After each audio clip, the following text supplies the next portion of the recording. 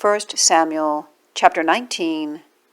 And Saul spake to Jonathan his son, and to all his servants, that they should kill David. But Jonathan Saul's son delighted much in David, and Jonathan told David, saying, Saul my father seeketh to kill thee. Now therefore, I pray thee, take heed to thyself until the morning, and abide in a secret place, and hide thyself. And I will go out and stand beside my father in the field where thou art, and I will commune with my father of thee, and what I see, that I will tell thee.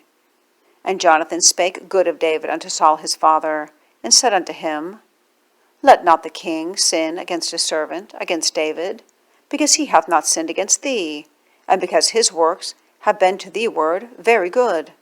For he did put his life in his hand, and slew the Philistine, and the Lord wrought a great salvation for all Israel. Thou sawest it, and did rejoice. Wherefore then wilt thou sin against innocent blood, to slay David without a cause? And Saul hearkened unto the voice of Jonathan, and Saul sware, As the Lord liveth, he shall not be slain. And Jonathan called David, and Jonathan showed him all those things. And Jonathan brought David to Saul, and he was in his presence, as in times past. And there was war again, and David went out and fought with the Philistines, and slew them with a great slaughter, and they fled from him.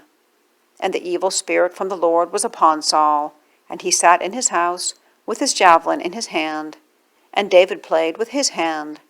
And Saul sought to smite David even to the wall with the javelin, but he slipped away out of Saul's presence, and he smote the javelin into the wall, and David fled, and escaped that night. Saul also sent messengers unto David's house, to watch him, and to slay him in the morning. And Michal, David's wife, told him, saying, If thou save not thy life tonight, tomorrow thou shalt be slain. So Michal let David down through a window, and he went and fled, and escaped. And Michal took an image, and laid it in the bed, and put a pillow of goat's hair for his bolster, and covered it with a cloth.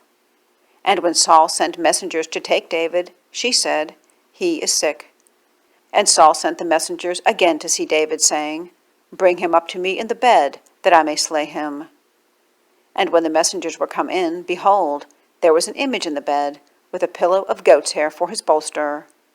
And Saul said unto Michal, Why hast thou deceived me so, and sent away mine enemy, that he is escaped? And Michal answered Saul, He said unto me, Let me go, why should I kill thee? So David fled and escaped, and came to Samuel to Ramah, and told him all that Saul had done to him. And he and Samuel went and dwelt in Naioth. And it was told Saul, saying, Behold, David is at Naioth in Ramah. And Saul sent messengers to take David.